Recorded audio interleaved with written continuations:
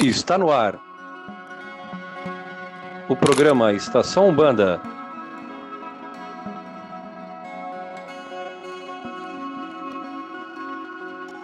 Com a apresentação de Pai Léo das Pedreiras, com participação de Mãe Priscila das Águas e Rodrigo Ressuti. Olá, meus irmãos, saravá, que a paz do Oxalá esteja com todos vocês. Sou o Pai Léo das Pedreiras e estamos começando mais um Estação Umbanda, mais uma quarta-feira aqui com vocês e hoje dando o nosso boa noite para ela, a rainha de todo esse programa, sempre com seu sorriso cativante, seu olhar penetrante, Mãe Priscila das Águas. Boa noite a todos. Tem até palmas. Boa noite a todos, sejam todos bem-vindos ao Estação Umbanda. Toda quarta-feira agora, né? No outro programa a gente falou na quinta, mas mudamos, porque quinta-feira é a programação do Firmando aqui no canal. Então é toda quarta-feira, às 8 horas da noite, sai o Estação Umbanda aí para vocês. Então sejam todos bem-vindos. Aliás, até que enfim, depois de um tempo, em programa todo dia, hein? Todo dia, segunda-feira tem Pílula, terça-feira Doutrinando, quarta-feira Estação Umbanda, quinta-feira Firmando e sexta-feira uma série especial de desenvolvimento com a Mãe Priscila. Sem contar que TikTok bombando, o Instagram, vídeo todo dia, às vezes tem mais do que um vídeo todo dia, então vai lá. Aliás, já vamos passar, ó, TikTok, Pai Léo das Pedreiras, Instagram, pai.léo das Pedreiras, e você acha a gente lá. E no Shorts também, aqui no YouTube, você encontra tudo isso. E dá o nosso boa noite para ele, o cara que veio diretamente hoje do SEMA, Rodrigo Ressuti. Nossa, Deus me livre, já o SEMA nos patrocine. Mas não, faz tempo que eu não vou. Boa noite, Pai Léo, Mãe Priscila. É aquilo, né? Aquilo lá. Quando a gente tá ruim, o canal já teve alguns programas que não foram pro ar, porque eu não fiquei bem.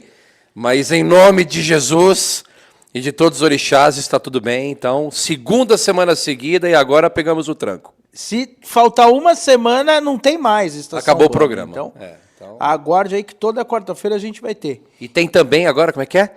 Pai Léo, Pai Léo! Perguntas, tem mitos e verdades da Umbanda, tem um monte de coisa, tem oferenda no TikTok. Vai lá pro TikTok que a gente tá. Só não tem dancinha porque eu não tenho esse molejo todo. Aliás, estou fazendo aula de dança, eu comecei essa semana, aula de gafieira, logo temos dancinha. Daqui a pouquinho. No nosso programa. Pai Léo querendo acabar com o canal do TikTok. E hoje a gente vai falar sobre Obaluayê, ainda estamos em agosto, esse agosto eterno, né? Ainda estamos em agosto. Hoje é dia 27 de agosto e tá demais. Então, 27 de agosto, hoje falamos de Obaluayê e sua conexão com a cura. E aí a gente começa já, Rodrigo, fundamenta para nós o que é Obaluayê. Atotô. Boa noite a todos, obrigado. O que é Atotô? Atotô, silêncio. Atotô. Ele está entre nós na Terra, né? Antigamente as pessoas levavam Atotô mais a sério, né? Hoje a galera está um pouquinho dispersa nos fundamentos, né? Mas Obaluayê no Brasil, né? Se você já vem acompanhando os programas e as pílulas do Pai Léo, existe muita... É engraçado e ao mesmo tempo, engraçado quando a gente fala no sentido do que representa o orixá, né? O Brasil tem uma visão de diversos orixás dentro da cultura brasileira. Os orixás no Brasil, muitos deles, e Obaluayê é um desses, que é totalmente diferente na África, né, em relação ao Brasil. E tá tudo bem, porque, como o Pai Léo já disse, a Umbanda, o Candomblé são religiões brasileiras, que têm uma derivação, que tem um caminho baseado, né, na África. Mas o Brasil, com a diáspora, as visões que esse povo teve quando veio para cá, trazendo Iemanjá para a Rainha do Mar, para trazer o Obaluayê como o Senhor das Palhas, muitas vezes não é a mesma visão. Então essa confusão que existe hoje, de tanta gente querendo ser o dono do orixá, ou ter a placa do orixá, gera essas confusões, né? O Obaluayê aqui no Brasil é diferente da África. É diferente, né? Mas no Brasil sempre foi cultuado dessa forma. O Senhor das Palhas, o Senhor da Cura, né? É aquele que traz as doenças quando necessárias, porque o corpo às vezes precisa ter os seus momentos, né? Onde, por exemplo, eu mesmo passei por um momento sério, 2 meses agora, eu fiquei muito mal com uma crise respiratória. Mas me trouxe uma lição, onde eu precisava entender melhor a minha saúde, como é que eu estava me cuidando. Então, de alguma forma, mesmo algo que às vezes vem de forma muito trágica, ele vem para morrer alguma coisa dentro de nós. Velhos costumes, velhos conceitos. A gente não pode esquecer, metafisicamente falando, que toda doença tem um ponto de princípio que começa na nossa cabeça e vai reverberar na matéria. Aliás, quando a gente fica doente na matéria, o espírito já está doente há muito tempo, né? E questões morais, questões egocêntricas, então o nosso excesso de orgulho, a nossa raiva mal digerida, a nossa inveja, a nossa falta de amor próprio, tudo isso são sintomas, são pré-sintomas que vão reverberar no corpo espiritual e que vão agir no corpo físico, né? Então o Obaloaiê traz também isso, né? Ele traz a doença, mas ele também traz a cura como ensinamento, né? Até o momento que todos nós vamos partir um dia de alguma doença, porque aqui ninguém vai ficar para semente. Então, numa certa forma, quando o nosso prana, nosso campo vital, a nossa energia se esvair até o momento certo por alguma doença degenerativa ou por algum momento da nossa passagem, esse corpo vai embora para renascer o espírito no outro momento, né? Então o Obaloaiê traz isso. Ele é o senhor das palhas, ele é o senhor da cura, ele é o senhor da transmutação, né? Aqueles ciclos que a gente precisa fechar. Às vezes a pessoa só olha a morte como um ciclo final. E é uma coisa que a gente pode falar daqui para frente no programa. Existem várias mortes nossas, né? Então, quando você tem, às vezes, um desejo viciante, por exemplo, uma pessoa que tem algum grau de adicto, né? de bebida, de droga, e ele morre para aquele vício, o Obaloaiê reinou naquele momento daquele ciclo, aquele ciclo fechou. Uma dependência de alguém, que a pessoa às vezes fica anos ali dependente de alguém, e aí ela toma um chega, basta, não quero mais. É também uma morte, é um final de ciclo. Então o Obaloaiê atua de várias formas na nossa vida física e psicológica, e a gente vai dialogar isso durante o programa. Que a gente tem que entender que o Obaloaiê, né, ele traz essa transformação, né? E é o que o Rodrigo falou. Às vezes as pessoas se ligam ao Obaloaiê, é o Senhor da Morte e tudo mais, mas é isso, é matar algumas coisas que, em vida mesmo, né? Que nós precisamos nos desapegar, nos limpar realmente, para que a gente tenha essa transformação, essa transmutação, essa força que o Obaloaiê nos traz, né? Através do banho de pipoca, que a maioria das casas fazem, né? Quando a gente toma o banho de pipoca ali pelas mãos de Obaloaiê, né? A gente mentalizar realmente ele limpando e trazendo uma energia nova de cura, né? Uma energia não só da cura física, lógico, né? É um grande banho para a cura física, o Obaloaiê trabalha com isso. Mas a gente deixar de lado essas coisas, né, que não nos pertencem, né? Vícios, medos, traumas, essas coisas a gente pedir mesmo para o Obaloaiê transformar e trazer um novo começo, né? Porque muitas coisas precisam morrer para renascer, né? Para trazer coisas novas na nossa vida, em nossa caminhada. Quando a gente fala em cura, né, de Obaloaiê, a gente precisa fazer uma diferenciação, né? O que é cura física e o que é cura prânica, para as pessoas poderem entender. Então, o Obaloaiê está mais conectado à cura física, à cura das doenças. E como que é esse processo de cura? Como que vocês entendem isso, né?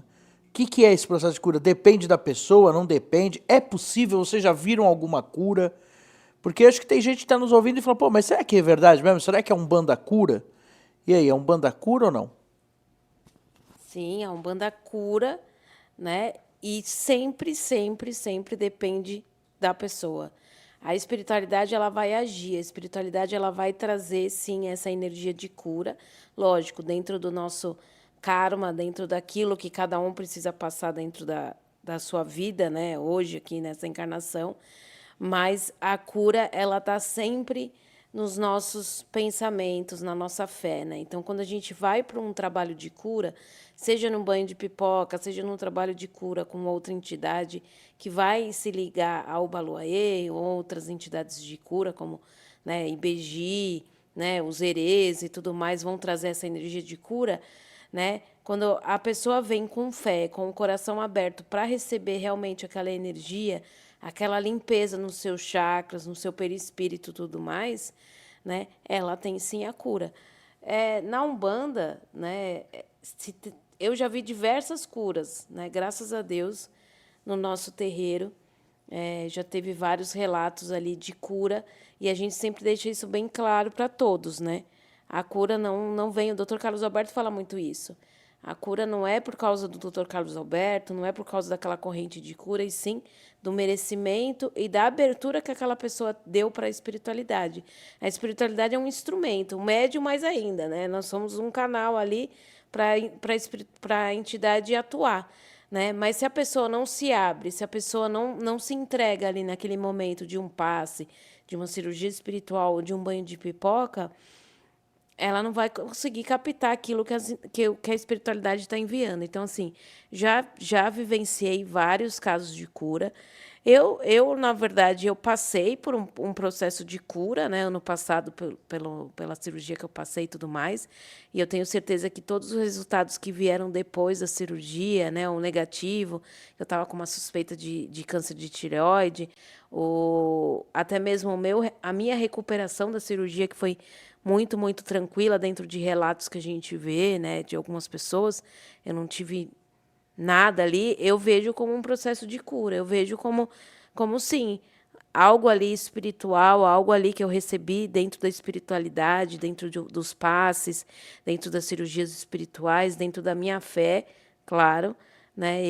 Eu vi como a rato, mesmo que eu tive ali uma cura ali de algo que eu tive que passar, e graças a Deus, hoje estou em acompanhamento, mas estou super bem, graças a Deus. Então, não só isso, né? Não só comigo, mas com outras pessoas próximas ou até mesmo de assistidos da nossa casa, né? Eu já vivenciei, assim, cura. Então, a Umbanda cura, sim. Eu concordo também. E as entidades, claro que as entidades fazem, né, um trabalho, as mais diversas ritos e giras de cura, as ações diretas sobre o espírito, as intervenções. A Umbanda tem milagre, até é engraçado que às vezes as pessoas criticam, né? Ah, não tem milagre na Umbanda, não tem cura. E uma vez, o finado já pai Adriano Camargo, o herveiro, ele disse uma coisa muito bonita num vídeo comemorativo da Umbanda. Ele falou assim, a Umbanda só não fica mostrando as curas porque no outro dia já é dia de gira. Sim. E a gente não precisa subir num púlpito para ficar agradecendo ou mostrando para assistência, né?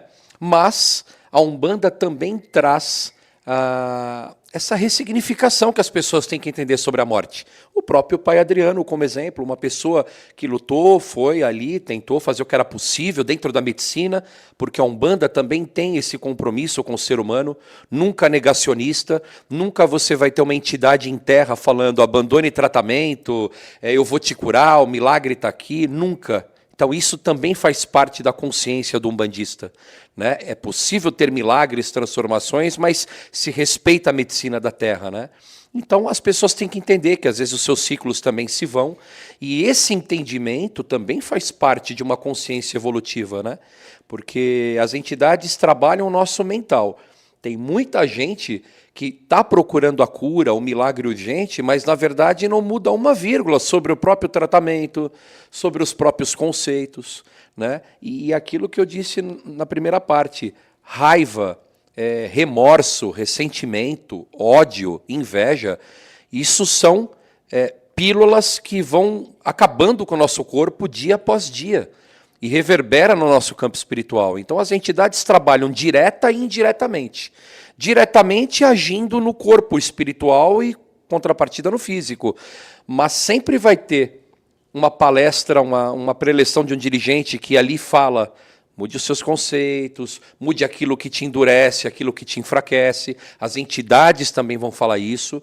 E aí cabe à pessoa, né? Porque tem muita gente que tem a cura física, mas se ela persistir nos mesmos métodos viciantes que te levaram ao erro e que te levaram a uma queda vibracional e, consequentemente, física, a doença volta, os ciclos voltam. Por isso que o Baloaê, mais uma vez, entra nisso. A gente precisa entender fechar os ciclos. Se você continua fazendo a mesma coisa sempre, aquilo sempre vai voltar. Né? E às vezes volta até pior, e não adianta mudar de religião, mudar de fé, porque se você não muda de dentro para fora, não é o mundo espiritual que vai mudar você. Né? Até porque a espiritualidade, o trabalho da Umbanda em si, né, ele vem com esse trabalho da reforma íntima. Né? O vídeo que. Não sei se foi essa semana ou semana passada que eu fiz, a sexta-feira, do início mediúnico, eu falo muito sobre isso, sobre as pessoas entenderem esse processo do desenvolvimento mediúnico, né, que é a vida inteira, né, não só quando a gente está no início, mas as pessoas entenderem essa transformação que tem que ter a cada gira. Então, eu tenho que me transformar a cada dia, eu tenho que me tornar uma pessoa melhor, eu tenho que me tornar uma pessoa mais caridosa, eu tenho que tornar uma pessoa que eu me amo, que eu me sinto bem comigo mesmo. Então, às vezes, as pessoas elas acabam perdendo um pouco disso, que é aquilo que a gente fala, né, sobre a importância de ser da religião da Umbanda, e não, como foi o que a gente falou no programa passado, não usar só a Umbanda como um balcão de troca. Eu vou lá, tenho a troca, não.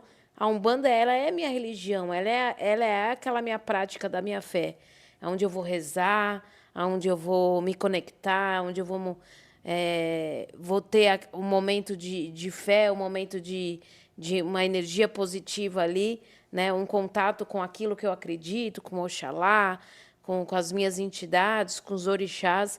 Né? Então, as pessoas elas têm que olhar mais para isso. Então, as pessoas que procuram um terreiro de Umbanda para ter uma cura, né? Ela tem que procurar a fé que mora ali dentro. Né? As minhas entidades falam muito isso no trabalho de cura. Né?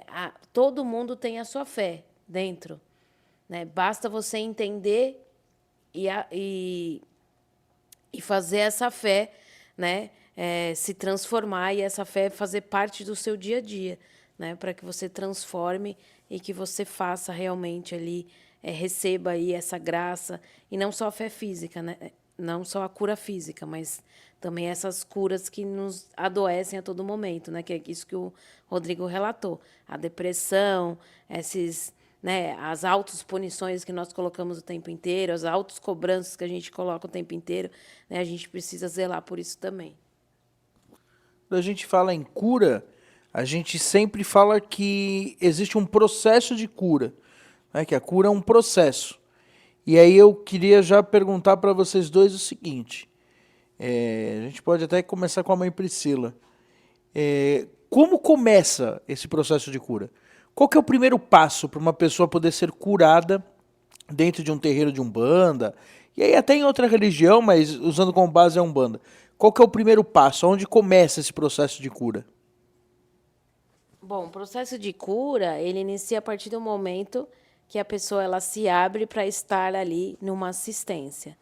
Né? Eu acho que, assim, quando a pessoa ela tá ali, se coloca ali toda semana dentro do terreiro, ouvindo as entidades, né? Não questionando as entidades, mas ouvindo o que as entidades têm para dizer, até mesmo desabafando ali o que precisa falar. Então, o processo de cura, ele começa na mente, ele começa naquela transformação. Então, é você se autoconhecer, você se auto-enxergar ali os seus erros, as coisas que você precisa mudar, né? Para que você vai tendo a capacidade de ter essa cura. E até mesmo a cura física, né? Porque é aquilo que o Rodrigo falou. Muitas vezes os nossos problemas físicos, né? As nossas doenças, elas são causadas muitas vezes pelo nosso mental, né? Lógico, ela se torna algo físico, mas ela inicia por algo ali que a gente colocou no nosso perispírito, algo que a gente colocou ali no nosso corpo, né? Então, muitas vezes essas curas elas vêm, e isso já foi, né, até em estudos, em palestras que a gente assiste espirituais, né, que muitas vezes essas curas que vêm nesses rituais de cura que tem, é porque são manchas que nós colocamos no nosso perispírito.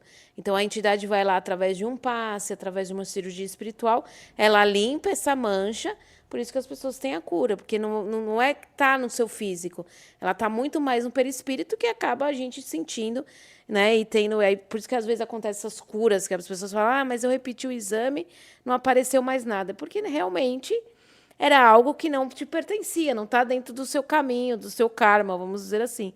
Então, a gente tem que se abrir a isso. É ouvir mesmo a entidade, se conectar e não fazer só dentro do terreiro. A semana inteira, se conectar, rezar, pedir, agradecer. Né? Se a casa te dá uma água fluidificada, você beber essa água, você trazer essa energia para o seu dia a dia, né? Porque nada é por acaso. Se a entidade te dá uma flor, se te dá qualquer coisa, é porque aquele trabalho ele está continuando. Então, o processo de cura começa nesse autoconhecimento, nesse auto amor que você precisa ter, né? Com o seu corpo, com a sua mente, com o seu espírito, para que essa cura ela chegue, né? E você tenha essa cura próxima. Tá no que a mãe Priscila falou, não tem outra saída, né? E até para fazer o advogado do diabo, né? Porque às vezes as pessoas, né, ficam, né, nessa crítica eterna a tudo, né? Que é relacionado a força do pensamento e tal, mas não tem como fugir disso, né? É óbvio que uma pessoa que pensa positivo, ela tem uma vida mais saudável, isso já é comprovado pela ciência. Uma pessoa que só reclama, uma pessoa que só se trava mentalmente, ela com certeza ela perde até o teu fluxo vital natural, ela vai se esvaindo, né? E eu também tento entender o seguinte, a cura, eu falo que ela está muito dentro de uma programação espiritual. Porque, por exemplo, vamos pegar o próprio caso da Preta Gil. Uma pessoa extremamente feliz, pelo menos a gente via a Preta Gil, na parte externa, ninguém sabe, só os amigos verdadeiros conhecem, né, quem é realmente a Preta Gil. Mas sempre passou uma mensagem positiva, alegre, deu vários exemplos, e aí a gente ouviu besteiras a mil de intolerantes, de pessoas, inclusive um padre que está sendo processado, inclusive, veio falar assim, cadê os orixás para salvar a Preta Gil? E aí eu vi uma resposta maravilhosa. Cadê Jesus Cristo para salvar vários católicos e evangélicos, né? Uma coisa boba, mesquinha, né? Porque não é a divindade que te salva, é o teu próprio caminho que você já tem uma programação. Então eu costumo dizer o seguinte, pega qualquer pessoa que está no estado terminal, e isso já existiu, porque já existiram vários trabalhos psicológicos, e eu não lembro agora qual, mas fizeram uma pequena pesquisa em pessoas ainda conscientes em estado terminal e perguntaram o que você poderia fazer. E as pessoas, se você tivesse o dom da cura hoje, né, se você pudesse se curar, e algumas pessoas falaram, eu daria a minha fortuna inteira, eu voltaria e refazia um monte de coisas que eu não deveria ter feito, é aquele arrependimento que bate quando você vê que não tem mais como voltar, né? Então, quem tem, e aí é uma mensagem para quem aqui com certeza já teve o dom da cura, aproveite, que às vezes a gente vai colocando dentro das gavetas algumas coisas e vai deixando para lá, e eu não sou diferente, eu sou o rei de botar as coisas na gaveta, eu estou aqui passando uma mensagem, mas isso também vale para mim. Mas ressignificar certas coisas que a gente vai deixando para baixo do tapete, e quando a gente tem o benefício de uma cura, coloque em dia. Entendeu? Eu, por exemplo, estou tentando botar uma meta dentro de mim de me cuidar um pouco mais fisicamente. Né? Então, quer dizer, tive o benefício da cura, coloque em prática. Às vezes a gente não precisa tomar um susto para voltar e dizer para uma pessoa que a gente ama, para pedir perdão, ou chegar para alguém e falar, putz, eu deveria ter feito isso direito, sabe? Então, às vezes a cura ela também é um start mental para você falar, poxa, eu tive esse merecimento, deixa eu tentar refazer alguma coisa, né? Tentar terminar alguns ciclos que ficaram parados, mas a gente sabe que nem todos vão receber o mérito da cura. Isso está muito dentro do planejamento, da programação espiritual de cada um. Alguns vão muito velhinhos, outros vão muito novos, outros nem chegam a nascer. E isso são os mistérios da evolução, que aí a gente vai entrar num ciclo reencarnacionista, que a gente acredita, até porque eu ainda não consigo compreender nenhuma outra tese que justifique a reencarnação. E olha que assim mesmo, eu, o Pai Léo, a Mãe Priscila, a gente tem vários debates que algumas coisas a gente ainda faz o advogado do diabo, porque a gente tenta, né, entender algumas coisas incompreensíveis, mas quem está tendo o dom da cura, faça tudo aquilo que você se programou. Mas é aquilo, vai depender também do teu pensamento positivo. E pensamento positivo não é religiosidade, não é ser fanático num santo. Você pode ter a sua devoção num santo, no orixá, no pensamento positivo, mas a gente não pode esquecer que uma mente positiva, ela independe de religião ou devoção. Eu conheço muito ateu que tem uma cabeça muito melhor do que muito religioso fanático por aí. Então, aprender a se compreender e ter uma fé, e a fé não está associada à religião, mas sim à tua confiança, pode ser um caminho para uma transformação e para uma cura.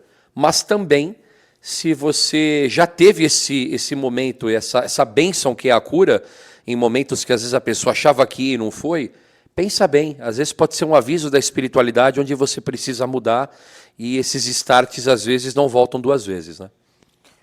Tá, mas aí a gente parte para uma outra pergunta. Mãe Priscila, como manter pensamento positivo se você está doente? Porque isso deve ser difícil. Pergunta polêmica. É difícil, né? Por isso que a gente precisa se conectar à nossa fé. Porque é a fé que vai nos trazer essa força, né? Que vai nos trazer esses pensamentos positivos. Por isso que eu falo, né? Quando a gente vê hoje em dia tudo isso que aconteceu, a polêmica aí do Pai Nosso, da Ave Maria e tudo mais, né?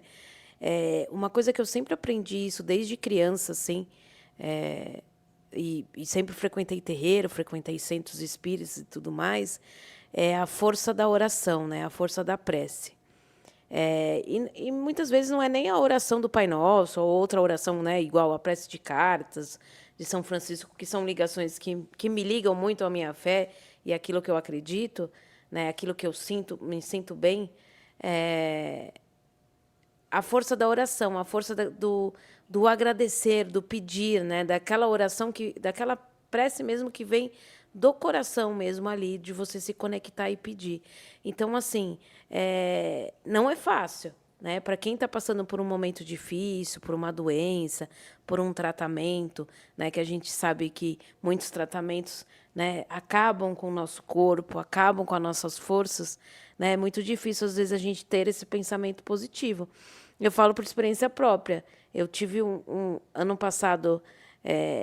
passei por esse momento, a minha cabeça bugou realmente, eles estão aqui de prova os dois, eu fiquei bem ruim, assim, e eu sou uma pessoa que tenho fé, eu sou uma pessoa que sempre estou ligada à espiritualidade, não perdi minha fé, né? Continuei frequentando o terreiro, continuei indo lá no centro espírita que eu trabalho, né? Mas abalou a minha mente, tipo...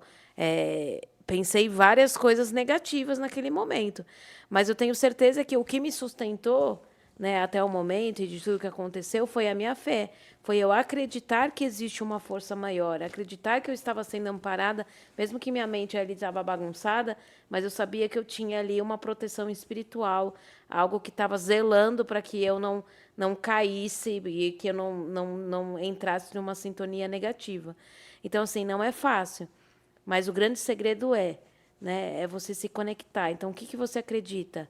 Para mim, sempre me fez muito bem olhar para o sol, olhar para a lua. Essas coisas me conectam, me trazem uma energia boa, né? Deixam a minha mente mais tranquila. Então, foi algo que eu fiz muito. Ouvir música, né? Mesmo que não seja ponto, mas músicas que te elevam a energia, que façam a tua mente, né, ficar em paz. Então, é esse trabalho diário. Você tem que trabalhar sua mente diariamente. Tirar ali um momento mesmo de rezar, de pedir, de agradecer e de ouvir uma música, nem que seja 10 minutos, ou de uma meditação, para que você volte ao seu eixo vibracional ali, que você volte a ter esse controle. Mas não é fácil. Então, assim, é uma briga diária que você vai ter com a sua mente, mas a sua fé ela vai te sustentar. Então, por isso que sempre, sempre, sempre coloque água ali para que floresça cada vez mais a sua fé, para que você tenha sempre esse contato, que você tenha, assim, uma intimidade com a espiritualidade, uma intimidade com os seus guias, com as suas entidades ali, para que quando você passe por esse momento e você vai... Ninguém é de ferro, né? Ninguém é perfeito, nem eu que sou... As pessoas falam, mas você é dirigente, nem eu que sou dirigente, né? Tive uma cabeça... Caí mesmo, decaí ali e falo, não tenho vergonha de falar, né? Nem a gente que está ali à frente, que a gente tem um conhecimento, às vezes, experiências muito maiores, a gente vai ter um momento ali que a gente vai precisar de ajuda. E aí é ser humilde, né? A gente ser humilde e pedir ajuda para o outro. Eu não vou conseguir resolver sozinha, então eu vou lá. Dentro do meu terreiro, eu vou lá tomar passe, eu vou lá passar por uma cirurgia espiritual, né? Eu vou lá me consultar com alguém, né? É ser humilde e pedir ajuda, né? Às vezes as pessoas acabam não pedindo ajuda e acabam entrando nessa faixa vibracional que é difícil de sair, ainda mais quando você está passando por um problema grave aí de saúde. E é humano, né? É. Foi o que a mãe Priscila falou, é humano, ninguém está acima do bem e do mal. Não é porque você é médium, não é porque você é pai, mãe de santo, que a gente vai ter hipocrisia de falar, não, veja bem, eu aceito essa doença, ela vai atuar no meu corpo, mas eu tenho a plena certeza. Não, nós somos seres humanos. Tem horas que você vai mandar tudo para PQP, tem horas que você vai estar de saco cheio. Não existe ninguém good vibes, 100% perfeito. Sabe aquelas pessoas que querem te passar aquele trabalho quase de coaching, sabe? Ou coaching quântico? Não, durante as 24 horas eu reverbero positividade, eu sou luz, eu cheguei na quinta dimensão. Gente, papo furado. Tem gente que fala que chegou na quinta dimensão de iluminação e não perdoou ainda a tia, a mãe, o pai. Então, assim, muita calma nessa hora. Eu acho que assumir essa fragilidade já é um grande começo, né? Essa vulnerabilidade que todos nós temos, né? E aí entra nessa humildade de entender, às vezes se afastar um pouco do trabalho, entender que agora você é um paciente, você precisa de ajuda, no momento certo, se tudo der certo, você vai voltar, né? Mas assim, as pessoas têm que entender, eu convivi durante praticamente aí uns 15 anos, quase 18 anos, uns 15 anos com um amigo meu que partiu, que teve leucemia e esclerose múltipla desde os 18 anos, foram 12 anos, ele desencarnou com 30 anos. Era uma das pessoas que tinha mais fé na minha vida. Um irmão meu que dava exemplo para todo mundo. Ele entendia de espiritualidade, mas ele seguia um caminho evangélico, e ele sempre falava, tem dias que eu choro, tem dias que eu grito, tem dias que eu dou porrada na parede, tem dias que eu questiono, mas por que eu? Mas ele sempre falava, poxa, no final eu dou, do jeito dele, evangélico, mas ele falava, eu dou graças, porque eu devo ter uma missão, e a minha missão é entender também isso. Tanto que ele partiu de uma forma muito serena, ele sabia o dia que ele ia embora, ele sabia o dia que ele ia ser cremado, ele foi de uma forma extremamente serena, e eu acho que isso também é um aprendizado, né? Parece duro o que eu vou falar, mas ninguém está preparado para morrer. Eu não tenho medo de morrer, mas eu não quero morrer agora, quero viver muito. O Chico Xavier, quando o avião estava caindo, entrou em desespero. Começou a gritar para o Emmanuel. E ele ainda falava, morra com dignidade. A gente vivencia a espiritualidade. Pois é, então, só quem está passando por aquele túnelzinho que vai entender. E dizem, e eu já tive algumas psicografias ou de pessoas que falavam, olha, morrer é tenso, gente, por mais que a gente entende o outro lado. É claro, né? Apesar que falam que nascer é muito mais duro do que desencarnar, né? É o que dizem, né? Renascer. Mas eu acho que essa humildade de entender os seus limites, e por mais que você esperneie, que você reclame, mas depois você volta para o teu eixo de equilíbrio, através do que a mãe Priscila falou, uma música, uma peça, uma comédia, um livro, e o importante também é desfocar. Porque quem está passando por um tratamento, e eu já acompanhei pessoas próximas, é muito difícil. Quem está acompanhando já é uma exaustão, imagina quem está passando por aquilo. Mas aí precisa do acolhimento da família, dos amigos, quem tem essa bênção de ter amigos, família por perto, ou a família espiritual, procure no momento certo chorar, porque faz parte, mas também você precisa encontrar o teu eixo, porque até para morrer a gente tem que estar preparado. É muito duro isso. Mas é a única certeza que a gente tem. Como eu disse, ninguém tem pressa. Mas criando essa maturidade e essa resistência emocional de coisas que a gente vai, às vezes, se perdendo muito fácil, pode ser um caminho, às vezes, para uma cura e, ao mesmo tempo, também para uma cura da alma, né? Acho que esse caminho não é fácil, mas é possível. Você comentou da Preta Gil, né, que faleceu recentemente, né, sobre a energia, né, e a Preta Gil, né, por ser uma pessoa pública, a gente acompanhou ali diariamente, eu pelo menos seguia, eu sempre gostei da Preta Gil, né, então seguia ali e ela publicava diariamente ali o tratamento dela e tudo que ela passou, né, que a gente sabe que não foi fácil. E ela deixava isso sempre claro, né, nas falas dela sobre o que sustentava ela era a fé, né? A fé ali que ela tinha nas santinhas da Nossa Senhora Aparecida, em Oxum, né? Que ela tinha ali um monte de santinho em cima dela na cama, e ela falava que era fé. E aí hoje, né, a gente vendo isso, e aí pega nisso que o Rodrigo falou do desencarne, né? A espiritualidade ela é muito sábia, né?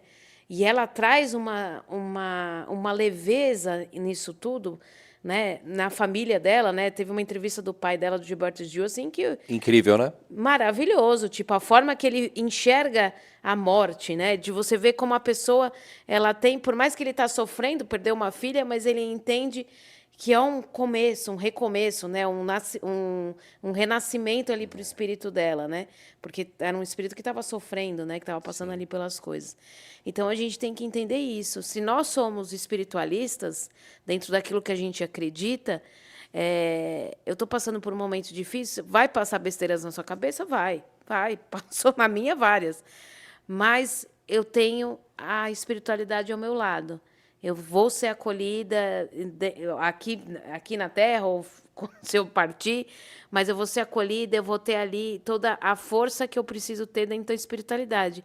E é isso que a gente ensina, que a gente tem que ensinar aos médios que hoje chegam na Umbanda, né, as pessoas que estão na assistência mesmo, que frequentam toda semana ali os nossos terreiros, é ensinar a praticar a sua fé.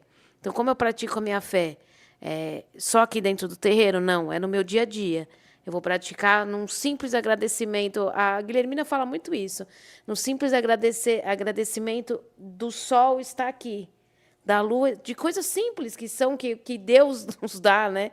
No nosso dia a dia, que a gente às vezes nem está nem aí. Como, por exemplo, acordar e ter as duas pernas firmes. Respirar, eu né? não tinha condição de ir ao banheiro, que eu passava mal com falta de ar. Fiquei mal. Pessoas que tiveram problemas sérios, uma pessoa que não tem o prazer de ter a visão hoje em dia, pessoa que não tem audição, um PCD. Chega para essas pessoas e elas às vezes dão exemplos incríveis. Ela fala assim, você levanta todo dia e nem agradece pelas pernas firmes que você tem. Então, assim, e olha que interessante, né? Para pegar esse ponto. A gente está falando até agora, 85%, 90% do programa, a gente está falando que é mental.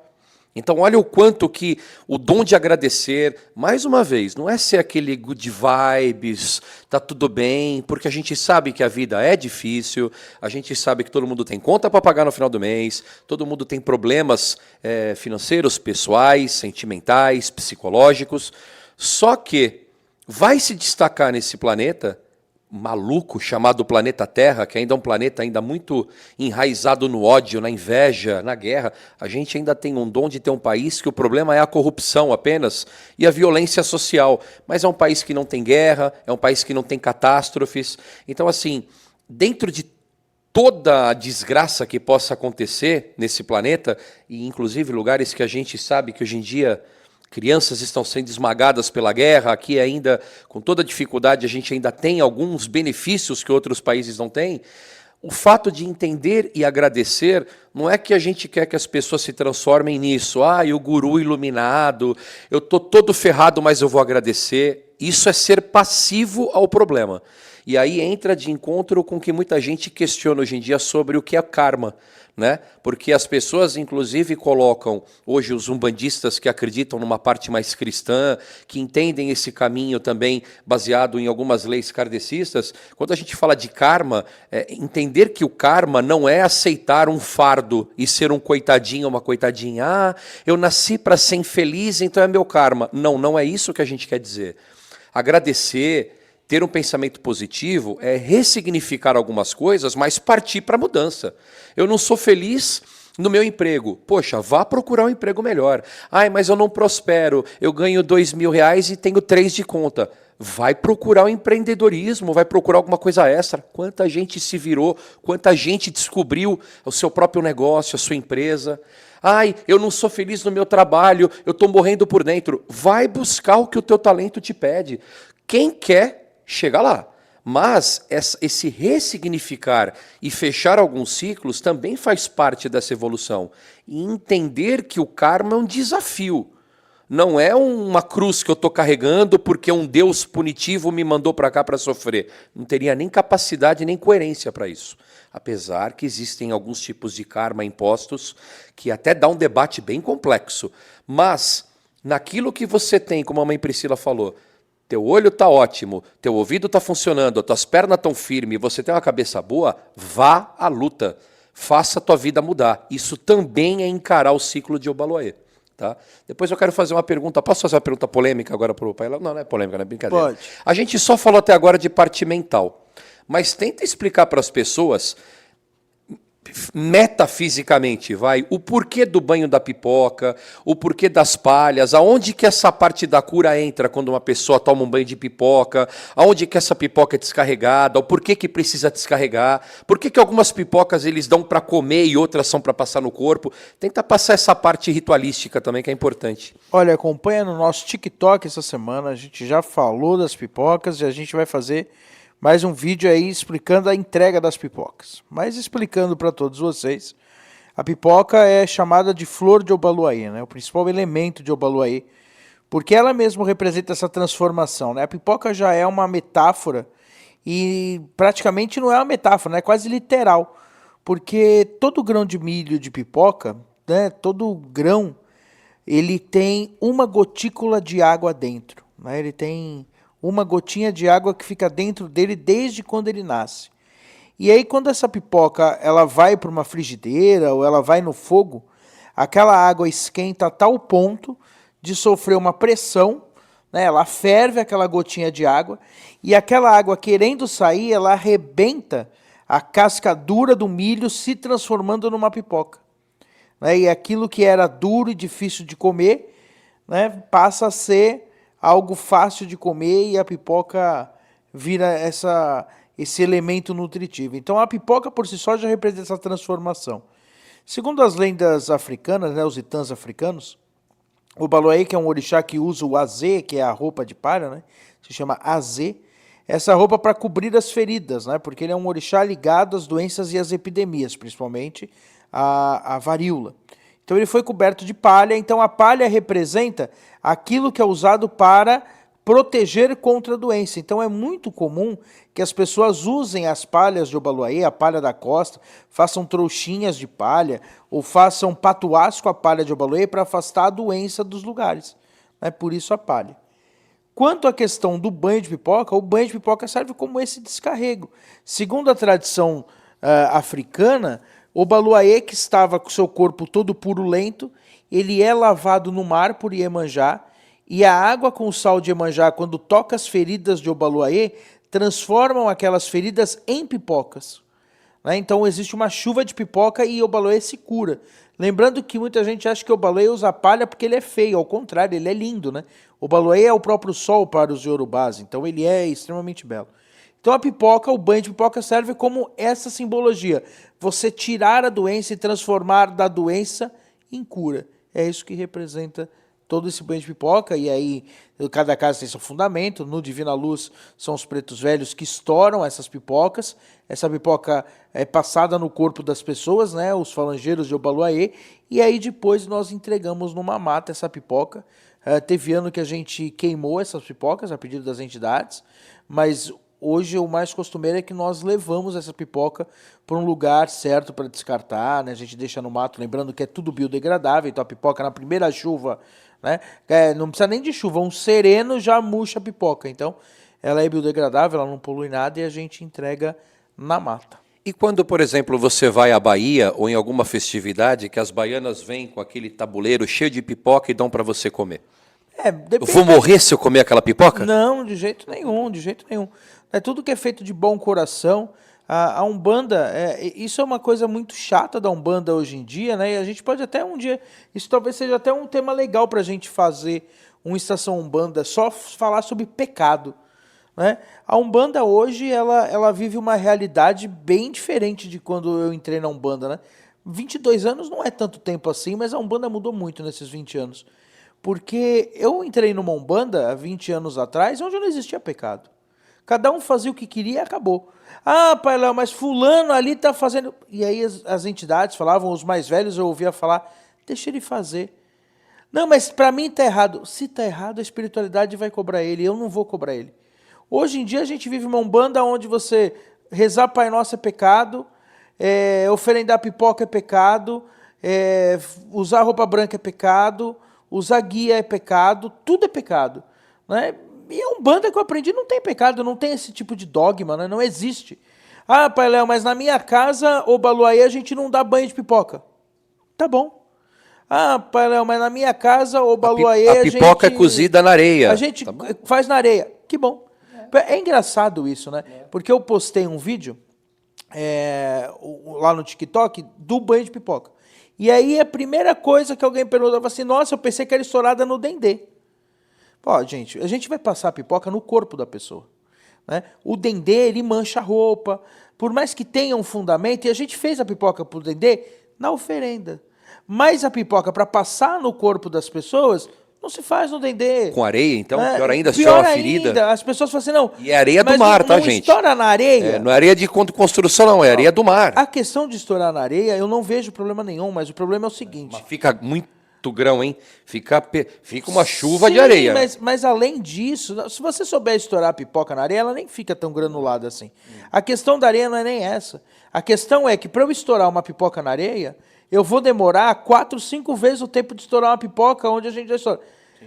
É o que eu falo. As pessoas hoje falam da realidade da Umbanda que elas não têm a mínima ideia. A mãe Priscila hoje veio com essa para mim. Pai Léo, olha aqui, estão falando que entidade não pode piscar. Gente, como não pode piscar? Eu acho que quem fala isso é quem não incorpora ou que incorpora 10 minutos. Para quem fica incorporado 2, 3, 4 horas, eu já fiquei incorporado 14 horas com a mesma entidade. Quem fica incorporado uma quantidade de 10 minutos, como é que você não pisca? E o seu olho, ele cai, porque ele seca. E a gente já fez um programa sobre isso, né? Então, não pode ir no banheiro, não pode espirrar, não pode ficar com rouquidão. Gente... Isso é só um exemplo que eu estou dando, né? Das pessoas que não têm vivência do terreiro. Por exemplo, pai Léo, mas não vai estourar no dendê, não vai estourar na areia? Gente, na nossa casa, vou falar da realidade do Divina Luz. Esse ano nós estouramos 42 quilos de milho de pipoca. Vocês têm ideia do que é 42 quilos de milho de pipoca? Dá, gente, 2 sacos, assim, saco que cabe eu dentro, tá? Você vê como o saco é grande. Dá 3 sacos de pipoca do meu tamanho, sabe? É muita coisa. Eu botei os 2 sacos no meu carro, e meu carro não é um carro pequeno, eu botei os 2 sacos no meu carro, tomou todo o meu banco de trás, porque é muita pipoca, é muita pipoca. E aí o cara fala, mas não vai estourar na areia? Então, o que eu falo da Umbanda é que hoje a Umbanda virou muito chata nesse sentido. Tá chato, né? Que, pô, não, todo mundo quer ter razão. Tudo eu quero ter razão. A gente fez um outro vídeo de oferenda de Obaluaê, e o cara... Pô, mas não é no balaio? Não é no balaio, mas a ideia daquela oferenda... Você tem um balaio na sua casa? Você sabe quanto custa um balaio? Eu fui comprar um balaio, gente, faz uma semana eu fui comprar um balaio. E eu moro em São Paulo, que é uma cidade grande, é uma cidade que a gente tem acesso a um monte de coisa. Eu fui comprar um balaio no fornecedor, que eu nem fui numa outra loja, eu paguei R$90 um balaio. Pô, será que todo mundo tem R$90 hoje para comprar um balaio? E será que é o balaio que vai fazer o Baluaê receber aquela pipoca? Pois é. Ou se eu pegar aquela pipoca e botar no prato da cozinha da minha casa, ele não vai receber? Então, esse tipo de coisa que eu falo, que a Umbanda tem ficado chata, tem ficado nesse sentido de, tudo é pecado, tudo não pode. Só eu sei, só eu ensino. Só eu sei revelar os grandes mistérios. Eu falo brincando, Foge disso, gente. eu falo brincando pro pai Léo e pra mãe Priscila, que quando o Olorum escreveu a Terra, ele desceu e ele procurou algumas personalidades da Umbanda que sempre aparecem, ou da Umbanda, ou de Quimbanda, ou do Catimbó, e tipo, olha, eu vou explicar para vocês porque vocês são os magnânimos. E essas pessoas, além de taxar os outros, muitas vezes de forma deselegante, às vezes afrontando uma casa de 60, 70 anos, 80 anos de errada. Quer dizer, aquela mãe, aquele pai de cabelo branco fez a vida inteira, ajudou milhares de pessoas, mas ele está errado. Esperto é quem está ensinando agora. E aí, engraçado que quando você faz uma contra-argumentação respeitosa, baseada em fundamento, a pessoa fala, não vou te responder, não me interessa. Aí acaba a democracia. E aí, então, vira complicado. uma discussão, voltando a esse assunto de Obaluayê e tal, aí não é com Obaluayê, é com o Nanã, né, que é um orixá muito próximo dele. Eu lembro de um tempo atrás, eu fui conversar com uma mãe de santo e eu vi na sua festa de Nanã, e aí eu fui fazer um erro idiota, mas eu fui no intuito de aprender. E eu vi que tudo de Nanã naquela casa era marrom, tudo de Nanã.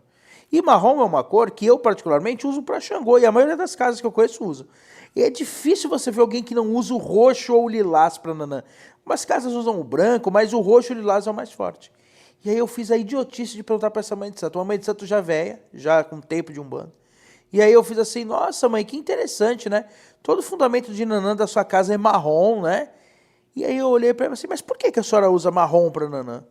E aí ela olhou com toda a simplicidade do mundo e falou assim, a lama é que cor, pai Léo? Eu ia falar, qual a cor da lama, Qual do que é a barro? cor da lama? Então é muito mais simples. E assim, e naquele momento eu ouvi, sabe, alguém falar no meu ouvido assim, Calha a boca, ô idiota. Porque assim, a que ponto eu fui, sabe, eu levantei no meu salto de perguntar para uma mãe de santo mais velha, apesar que eu não fui perguntar na crítica, eu fui perguntar realmente na forma de conhecer. Mas, sabe, o que não muda precisava a cor ter de ouvido, Naná? né? Então, é um tipo de coisa que hoje a gente precisa mudar realmente na nossa religião, porque não. E é isso que é não preocupante. funciona, né? Porque, por exemplo, aí um filho dessa mãe de santo que está lá 20 anos no terreiro, ele ouve do pai lacrador X ou da mãe lacradora Y, que Nanã é roxa, e aí a falta como é que eu posso dizer, de respeito à sua raiz, à sua tradição e até a falta de personalidade, ele vai questionar a mãe.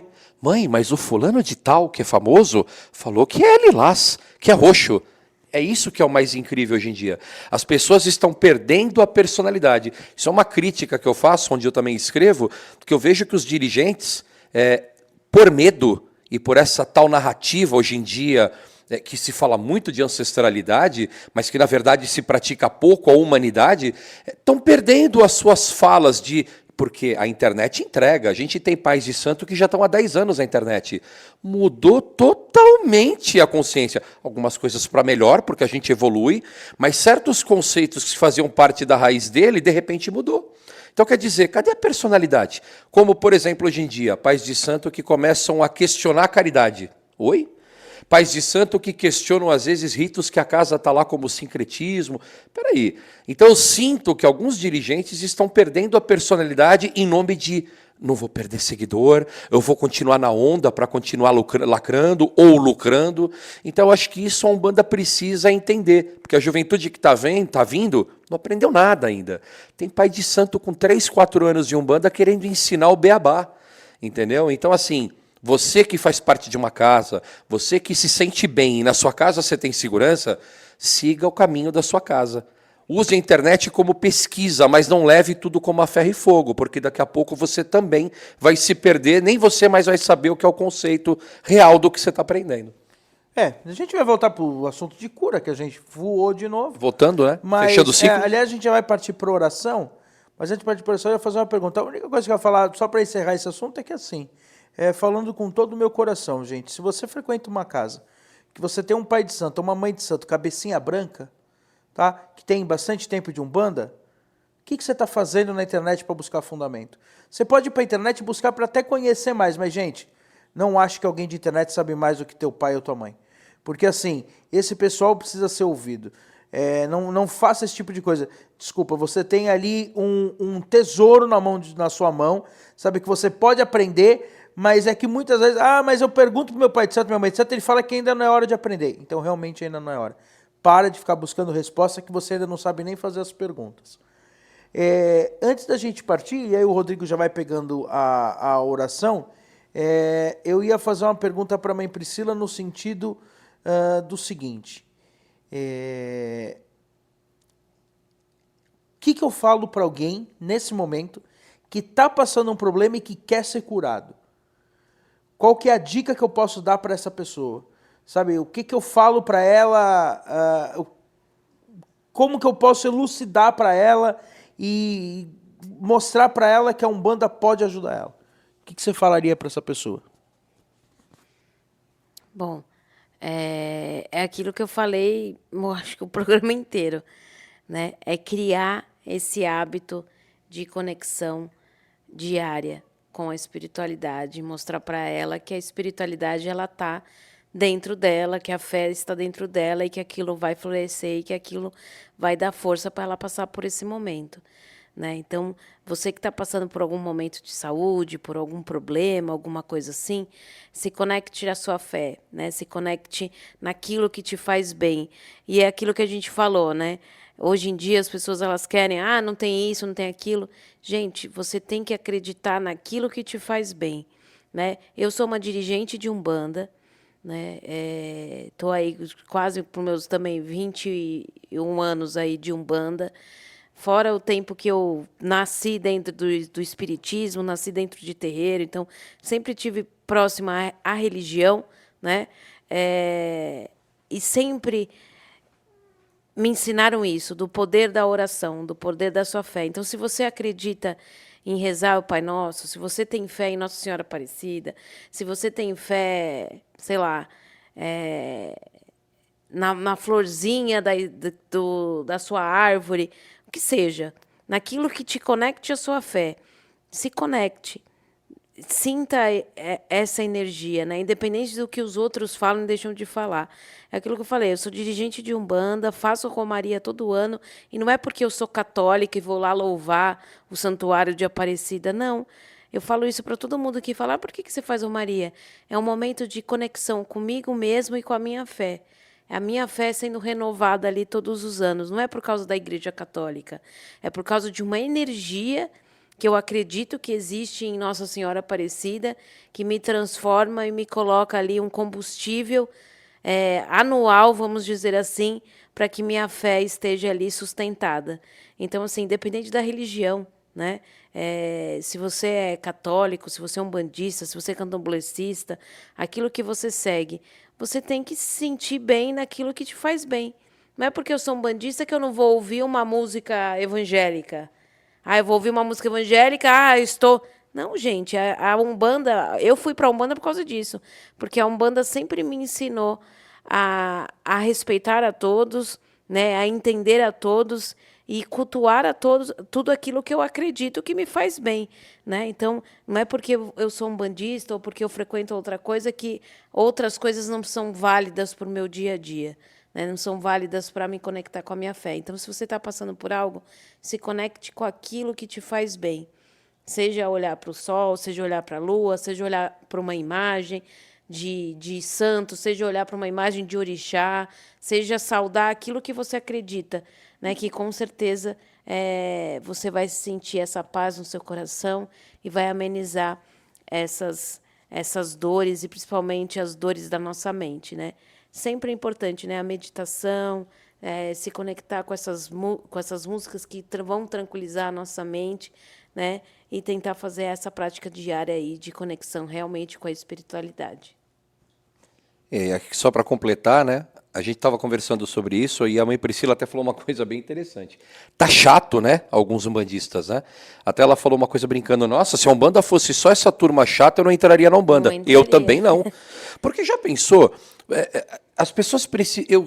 É claro que faz parte de uma sociedade evoluir. Dentro de consciência, dentro de política. Eu sempre falo que um umbandista precisa ter uma consciência política, eleger os seus representantes, entender que o sincretismo, sim, fez parte de um passado pesado da igreja, mas a gente também não pode julgar a fé que envolve 70% dos brasileiros que rezam Pai Nosso e Ave Maria.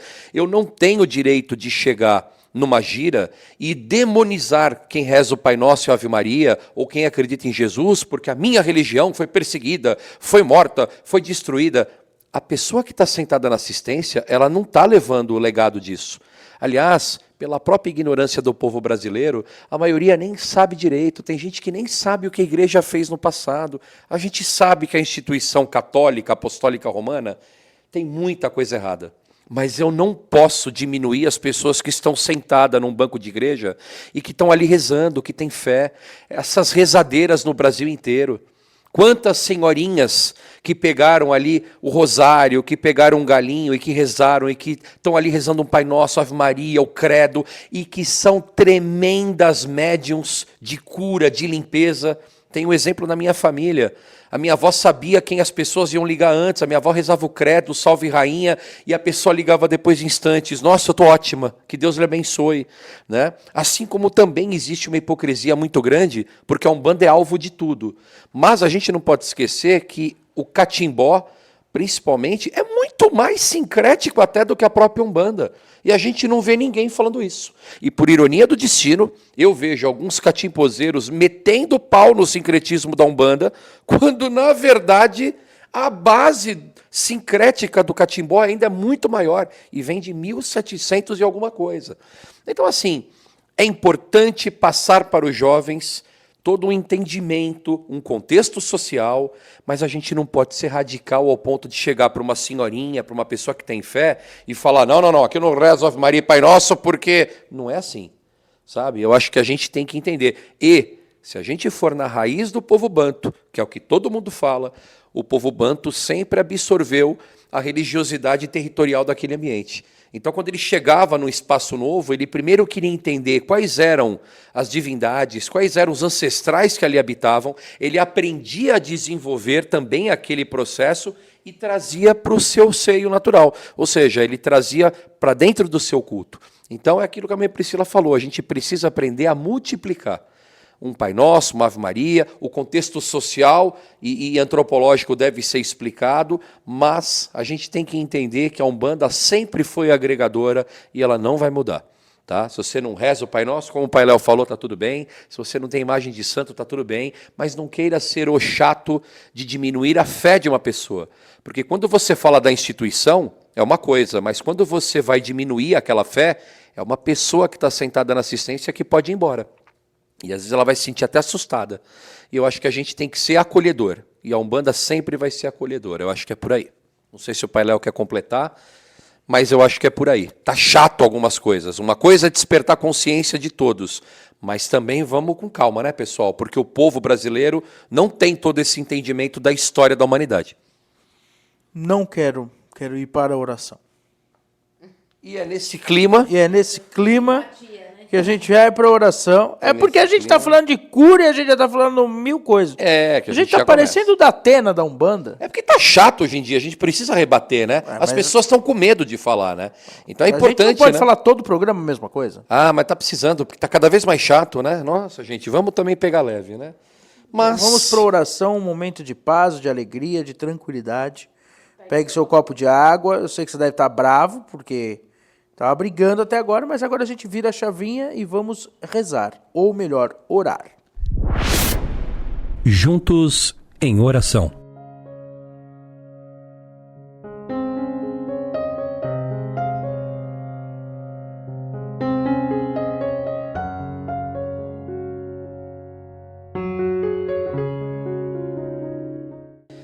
Oração a Pai Obaluaê. A Totô, meu Pai Obaluaê. Senhor da transformação, rogo com vossas palhas que nos envolvam com a luz da cura e da proteção. Que a saúde física e espiritual seja concedida a todos nós, que a dor e o sofrimento sejam amenizados e que vossa energia transmutadora nos livre de toda a negatividade e todo infortúnio. Que possamos aprender com o teu legado a desenvolver a capacidade de evoluir dentro das nossas próprias forças, das nossas coragens e da nossa autoconfiança, trazendo o entendimento dos ciclos que precisam ser fechados, reciclados e renovados de dentro para fora e de fora para dentro. Que a tua força e as tuas palhas tragam a coragem necessária para guiar os nossos caminhos e que a nossa mente, corpo e espírito estejam sempre sadios e em pleno equilíbrio. Pai Obaluaê, que eu encontre no poder do teu silêncio a cura das minhas chagas emocionais e espirituais, a fim de encontrarmos um amanhã de cura e de renovação. A Totô Baloê. Bom, vamos fechar os nossos olhos. E como nós falamos de cura, nós vamos ter um momento de silêncio da nossa mente nesse momento, para nos conectar com a energia de nosso Pai Obaloaiê. Então nós vamos fechar os nossos olhos, respirar profundamente 3 vezes, trazendo o ar e sentindo essa conexão com a espiritualidade. Imaginando um grande facho de luz violeta, descendo do alto e cobrindo todo o seu corpo nesse momento. Imaginando como se fosse um manto de palha sagrado de nosso Pai Obaloaiê. E você sentindo essa energia, essa paz, você vai mentalizar e agradecer esse recebimento da cura de nosso Pai Obaloaiê. E se você está passando por algum momento de dor, por algum momento de doença, ou até mesmo seja doença mental, você vai mentalizar que tudo está saindo nesse momento, deixando sair toda essa dor, todo esse desequilíbrio. Vai repetindo essas palavras por alguns instantes e sentindo toda essa calma da espiritualidade, nosso Pai Obaloaiê, tomando conta do seu coração.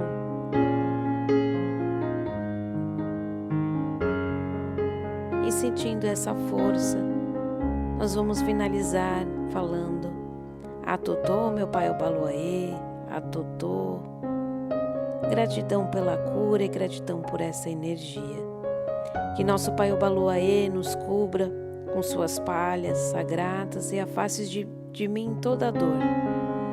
Que traga a cura do corpo, da mente e do espírito, e que sua força transforme as feridas em aprendizado, e que sua luz me conduza à saúde e ao equilíbrio.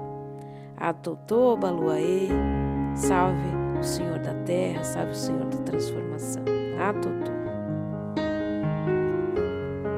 Bom, e é nesse clima ligado ao Obaloaiê que a gente se despede. Quarta-feira que vem a gente volta para mais uma Estação Umbanda, sem tema ainda definido, mas com certeza vai ser outro tema maravilhoso, que eu prometo que a gente não vai para o tema Vingadores da Umbanda, mas a gente vai ser mais tranquilo. Então, boa noite, Rodrigo, até semana que vem. Boa noite, Pai Léo, Mãe Priscila, a todos os irmãos e irmãs que acompanharam. Voltamos com as orações e com a mentalização, né, que o pessoal estava pedindo. Então é nesse clima de paz, por enquanto, porque senão a gente volta de novo com as espadas dos justiceiros da Umbanda. E o nosso ego exacerbado também, porque nós temos muito ego, faz parte. Mas é importante que as pessoas tenham um canal de algo mais leve, né? Porque a Umbanda é isso, né? É aquela oração que a Mãe Priscila falou. Vamos tentar trazer um caminho do meio, vamos nos unir. O que a Umbanda está precisando é de união e de muito respeito. Então, até a próxima semana e axé para todos. Boa noite, Mãe Priscila. Boa noite a todos. Mais um programa aqui. Passamos do horário que a gente falou que ia fazer. 40 e poucos minutos, já tem 1h07. Papo bom dura, isso é bom. Então, até a próxima semana. Coloque aqui nos comentários também o que você quer ver, qual o tema que você quer que a gente fale. Já tem bastante programa Estação Umbanda, mas coloque aqui o que você quer ver, que pode ser que seja um tema aí do nosso próximo programa. Uma boa noite, que o nosso Pai Obaloaiê e que todas as entidades de cura possam abençoar todos vocês e que vocês, quem ouve aqui, coloque o seu copinho de água, coloque ali a sua força e sua fé, que vai ser esse momentinho aí de conexão espiritual. Bom, é isso. E, como a gente sempre diz, se você quiser saber mais, procure um terreiro. Um abraço, saravá, até semana que vem. E vai lá ver nossos vídeos no Insta e no TikTok, hein, que tá bombando. Um abraço e até mais. Você acabou de ouvir Estação Umbanda, com a apresentação de Pai Léo das Pedreiras e participação de Mãe Priscila das Águas e Rodrigo Ressuti.